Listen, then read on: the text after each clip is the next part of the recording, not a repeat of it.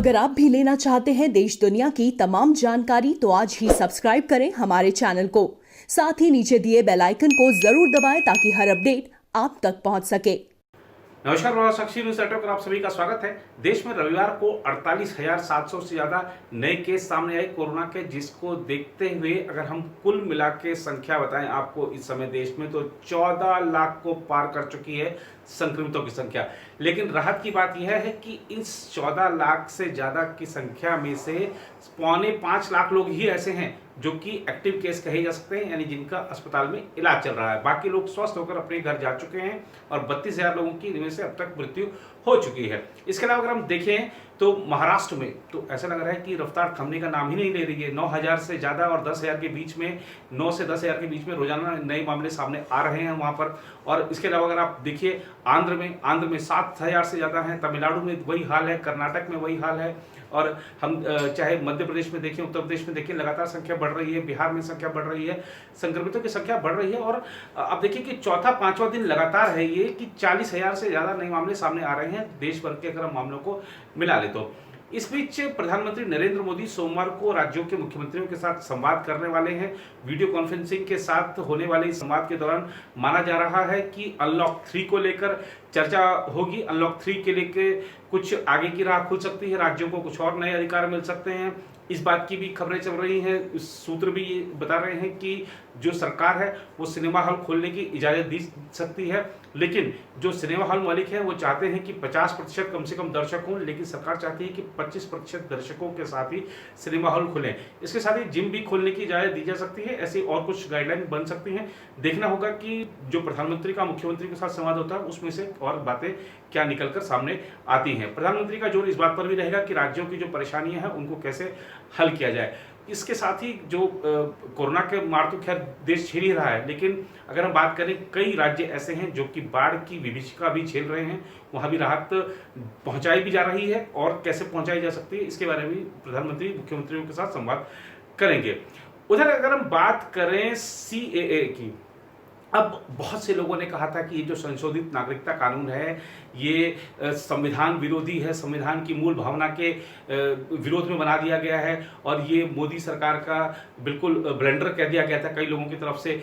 लगातार हमने देखा था कि कई महीनों तक लोग धरना प्रदर्शन कर रहे थे और ये सब कुछ ऐसा था कि सिर्फ सरकार को बदनाम करने के लिए किया जा रहा था। लेकिन कानून की मूल भावना ये थी कि जिन देशों में, खासतौर पे हमारे पड़ोसी देशों में, जहां पर अल्पसंख्यक समुदाय जो प्रताड़ित होता है धर्म के नाम पर, उनको कैसे राहत दी जाए, उनके मदद के लिए था। किसी की नागरिकता लेने वाला तो कानून था ही नहीं, नागरिकता देने वाला कानून था। लोगों की जो धर्म के नाम पर प्रताड़ना झेल रहे हैं अन्य देशों में, हमारे पड़ोसी देशों में, उनको राहत प्रदान करने वाला कानून था।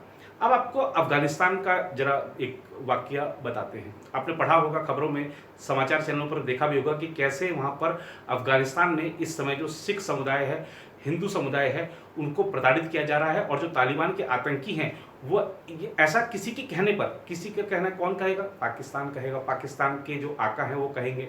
तो उनके कहने पर अफगानिस्तान में तालिबान हिंदुओं को, सिखों को प्रताड़ित कर रहा है। हाल ही में पंक्तिया प्रांत से एक सिख नेता, अल्पसंख्यक नेता का अपहरण कर लिया गया, कुछ सिख परिवारों का अपहरण कर लिया गया, उनको प्रताड़ना दी गई। भारत सरकार ने अफगानिस्तान सरकार के समक्ष मुद्दा उठाया और इन सिखों को रिहा कराया गया। और आप देखिए कि भारत सरकार ने इनको वीजा भी दिया और यहाँ पे रहने की व्यवस्था दी। आज ये लोग लौटे हैं, अब ये लोग वापस आए हैं, भारत आए हैं। और आप देखिए कि जब भारत आए हैं ये, तो बीजेपी के नेता जब इनका स्वागत करने के लिए पहुंचे तो ये बिल्कुल भाव विह्वल थे। और इन्होंने क्या बताया है, तालिबान का जो आतंक है, देखिए आप यहाँ बैठे बैठे भारत की सरकार को पूछ सकते हैं कि आपने ये क्या कानून बना दिया। वो कानून जो संसद ने पारित किया उस पर कुछ लोगों ने सवाल उठाया था, याद होगा आपको। इस साल की शुरुआत की बात है, पिछले साल दिसंबर से कुछ लोग इस तरीके का माहौल बनाने में लगे हुए थे। लेकिन आप देखिए कि ये कानून कितनी मदद कर रहा है धर्म के नाम पर प्रताड़ना झेलने वालों की। आपको सीधे लिए चलते हैं और मिलवाते हैं, जरा आप खुद सुनिए कि ये जो सिख लोग आए हैं आज भारत क्या कह रहे हैं। तालिबान के जुल्म की जरा दास्तां इन्हीं से सुन लीजिए।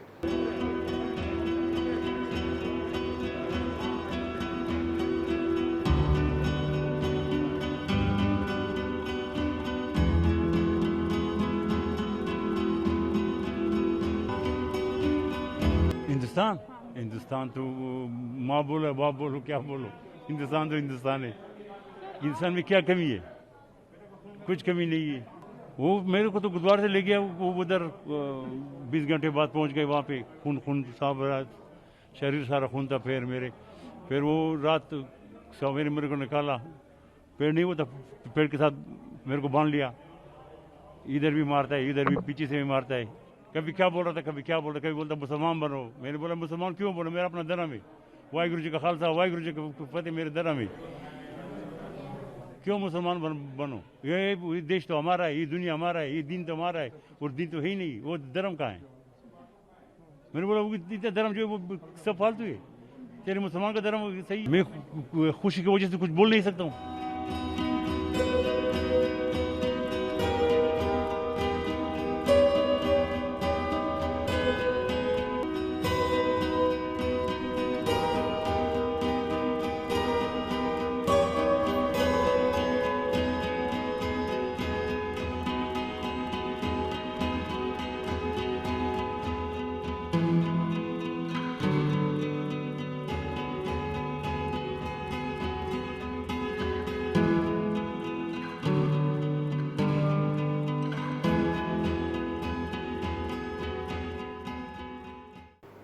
अब आप देख रहे हैं ये जो योगासन कर रहे हैं ये हैं कांग्रेस के विधायक, जो कि 5 सितारा होटल फेयरमाउंट में जयपुर के पास ये होटल है, इसमें अपना योग कर रहे हैं। तंदुरुस्त रहें, स्वस्थ कैसे रहें, ये सब इनकी दिनचर्या रहती है। इस समय अभी योग कर रहे हैं, फिर जाएंगे पौष्टिक नाश्ता करेंगे और फिर पौष्टिक भोजन भी होगा। उसके बाद फिर टेनिस खेलेंगे, कोई फुटबॉल खेलेगा, कोई कुछ खेलेगा। मनोरंजन के लिए शोले या और कोई फिल्म जो इनके पसंद की होगी लगा दी जाएगी, ताकि इनका जो पूरा मनोरंजन होता रहे और अच्छे से बिल्कुल तंदुरुस्त रहें ये सब।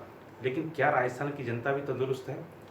जो कोरोना से इस समय प्रभावित है पूरा का पूरा राजस्थान, आप देखिए कि 36,000 से ज़्यादा वहाँ पे एक्टिव टोटल मामले हो गए हैं। लेकिन सरकार तो होटल में छुट्टियां मना रही है, और सरकार के जो राजस्थान के जो विधायक हैं, जिनको इस समय अपने विधानसभा क्षेत्रों में लोगों के समक्ष रहना चाहिए था, उनकी समस्याओं को सुनना चाहिए था, उनकी समस्याओं का हल निकालना चाहिए था, वो अपनी सेहत की तो चिंता कर रहे हैं। जनता की सेहत की चिंता कौन करेगा? जनता की सेहत की चिंता अब राज्यपाल ने संभाली है। मुख्यमंत्री तो अपनी सत्ता बचाने में व्यस्त हैं, तो राज्यपाल कलराज मिश्रा ने आज राज्य के अधिकारियों को बुलाया, मुख्य सचिव को बुलाया और अन्य वरिष्ठ अधिकारियों को बुलाया, और जो कोरोना के बढ़ते मामले हैं उन पर चिंता जताई है। पूछा है कि अभी आप लोग क्या कर रहे हैं, खासतौर पर राजभवन की सुरक्षा को लेकर भी उन्होंने पूछा कि क्या आप लोगों के इंतजाम हैं। आपको बता दें कि राजस्थान के मुख्यमंत्री ने कह दिया था, यदि आप विधानसभा का सत्र नहीं आहूत करते हैं तो जनता राजभवन को घेर लेगी और फिर हम कुछ नहीं कर पाएंगे। तो इस तरीके का वक्तव्य मुख्यमंत्री ने दिया था। अब राजस्थान के अगर सियासी लड़ाई की बात करें तो सोमवार को सुप्रीम कोर्ट पर सबकी नजर रहेगी। मामला चूंकि सुप्रीम कोर्ट पहुंच चुका है, विधायकों का जो सचिन पायलट गुट का है विधायक वो भी, और जो राजस्थान विधानसभा अध्यक्ष ने अर्जी लगाई है वो भी, तो अब देखते हैं कि क्या रहता है वहां पर। सब कुछ सोमवार की अदालत के निर्णय पर निर्भर है। लेकिन अब राजस्थान के मुख्यमंत्री हैं, वो एक अलग प्लान बना के बैठे हुए हैं कि वो अपने विधायकों को दिल्ली कूच कराएंगे और ये जो लड़ाई है संविधान बचाओ की, लोकतंत्र बचाओ की, उसको आगे लेकर जाएंगे। तो ऐसे समय में जबकि राजस्थान में कोरोना वायरस का एक तरह से कह सकते हैं कि बड़ा अब पांव वो फैलाता जा रहा है कोरोना वायरस, राज्य के मुख्यमंत्री सिर्फ इन्हीं कामों में लगे हुए हैं। निर्वाचित नेता जिनको जनता ने बड़ी उम्मीदों के साथ भेजा था कि आप जाके विधानसभा में बैठिए, हमारे हितों को रखिए वहां पर और हमारे से जो हमारी समस्याएं उनको सुलझाइए, लेकिन समस्याएं कौन सुलझा रहा है? आप देख रहे हैं क्या हो रहा है। तो ये राजस्थान का मामला था। राजस्थान के विधायक यहाँ पर अपना छुट्टियां मना रहे हैं, जो कांग्रेस के विधायक हैं। ऐसे ही अब अगर आपको मध्य प्रदेश ले चले तो मध्य प्रदेश के मुख्यमंत्री शिवराज सिंह चौहान लोकप्रिय नेता हैं। आप देखिए कि जनता के बीच में रहकर काम करने का जो उनका एक जज्बा है, वो जब वो मुख्यमंत्री नहीं थे तब भी उनका बरकरार था, आज भी बरकरार है। अब चूंकि वो कोरोना वायरस से संक्रमित हो गए हैं तो जाहिर सी बात है, क्योंकि जब लोगों से इतना ज़्यादा मिलते जुलते हैं, कैसे सोशल डिस्टेंसिंग बनाएं जब लोग अपनी समस्याएं उनके पास लेकर आते हैं। आखिरकार कोरोना से संक्रमित हो गए और अब संक्रमित हो गए हैं तो अब जाहिर सी बात है कि आप अस्पताल में भर्ती हो गए हैं, आपको जो डॉक्टर कह रहे हैं वही मानना है, सब कुछ वो करना है। लेकिन मुख्यमंत्री संवाद भी लोगों से बनाए हुए हैं, और आप देखिए कि रविवार को जो प्रधानमंत्री नरेंद्र मोदी मन की बात कार्यक्रम को संबोधित कर रहे थे तो शिवराज सिंह चौहान अस्पताल में अपने कमरे में क्या कर रहे थे आप खुद देख सकते हैं।